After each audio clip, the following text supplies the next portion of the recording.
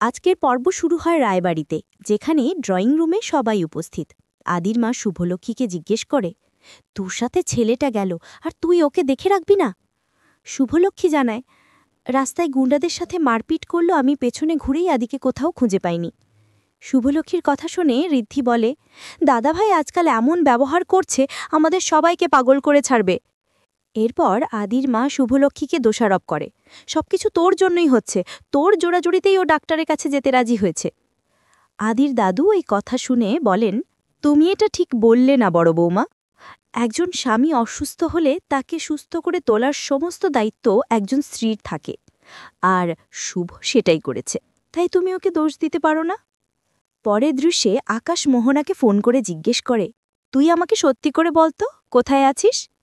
মোহনা জানায়, আমি আর কোথায় থাকব দাদা, আমি হাসপাতালে একজন রোগীকে নিয়ে ব্যস্ত আছি। সে আরও বলে, তুই তো জানিস দাদা, আমি এখন অন্য কিছু নিয়ে ভাবি না, আমার কাছে এখন হাসপাতাল আর রোগী সবচেয়ে গুরুত্বপূর্ণ। এই বলে সে ফোন রেখে দেয়। আকাশ মনে মনে ভাবে, মনা বাড়ি থেকে বলে এলো হাসপাতালে আসবে, অথচ হাসপাতালে এসে দেখি সে নেই, তাহলে আমাকে মিথ্যে কেন বলছে? এদিকে রায়বাড়িতে আদিকে খুঁজে না পেয়ে সবাই খুব টেনশন করছে। শুভলক্ষ্মী বলে, ওকে ডাক্তার দেখাতে হবে, দিন দিন ওর এমন ব্যবহার বেড়েই চলেছে, যদি চিকিৎসা না করি তাহলে পরে অনেক খারাপ হয়ে যেতে পারে। পুলক বলে, তুই একদম ঠিক বলেছিস শুভ, কিন্তু এমন একজন ডাক্তার দরকার যে আদি সব কিছু জানে। শুভ জানায়, আমার ভারতে একজন পরিচিত ডাক্তার আছেন, যিনি গতবার 1 বছর ধরে আদির চিকিৎসা করেছিলেন, আমি ভাবছি ওনাকেই এখানে খবর দেব। আদির মা তখন দেরি না করে ডাক্তারকে বাড়িতে আসতে বলেন।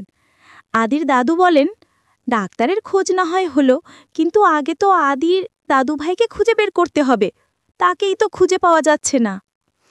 এরপর আমরা দেখতে পাই মোহনা আদিকে আটকে রেখেছে।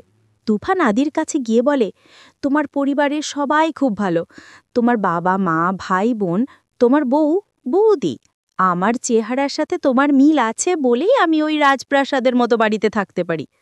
তাছাড়া তোমার বৌদিরা অনেক ডেঞ্জারাস, সবসময় শুধু সন্দেহ করে, তবে বৌদির থেকে আমার বেবি ডল আরও বেশি ডেঞ্জারাস। তুফানের কথা শুনে আদি বলে, তুই আবার পরিবারের কাছে যাবি না, তোকে আমি শেষ করে দেব। তুফান বলে, মাখাল ফল, তুমি এমন কি করেছো যে এই জেলখানাতে আটকে আছো? কিছুক্ষণ পর মোহনা আসে এবং তুফানকে নিয়ে যায়। সে জিজ্ঞেস করে, তুমি এখানে কিভাবে এলে? তুফান বলে, বাড়িটা ঘুরতে এসেই মাকাল ফলকে চোখে পড়ল, তাই কথা বলতে গিয়েছিলাম।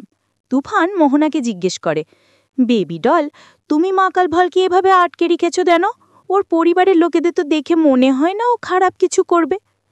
মোহনা তখন কাঁদতে কাঁদতে বলে, তুমি জানো না তুফান, ওরা আমার জীবনটা শেষ করে দিয়েছে।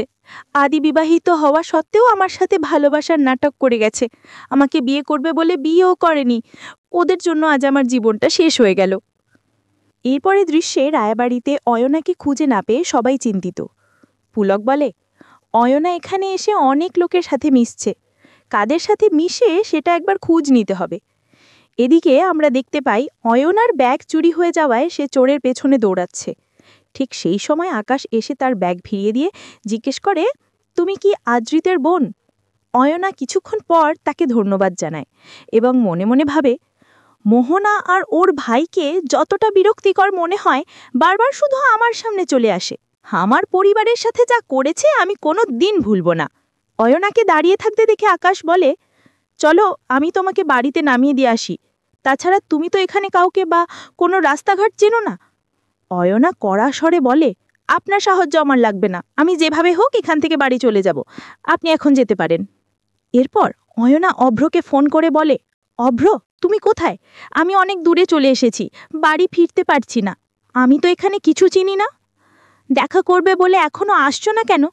অভ্র জানায়, আমার মা হঠাৎ অসুস্থ হয়ে যাওয়ায় আমি হাসপাতালে চলে এসেছি, আজ তোমার সাথে দেখা করতে পারবো না, তুমি কাউকে জিজ্ঞেস করে বাড়ি চলে যাও। পর্বের শেষ দৃশ্যে রায়বাড়িতে ঋদ্ধি বলে, এরা দুই ভাই বোনকে অনবরত ফোন করে যাচ্ছে, কেউ ফোনটা তুলছে না। শুভলক্ষ্মী তার সব আত্মীয়দের কাছে ফোন করে জানতে চায় অয়না তাদের বাড়িতে গেছে কিনা। রূপক, পূরবী এবং বাড়িতে থাকা সবাই খুব দুশ্চিন্তা করে।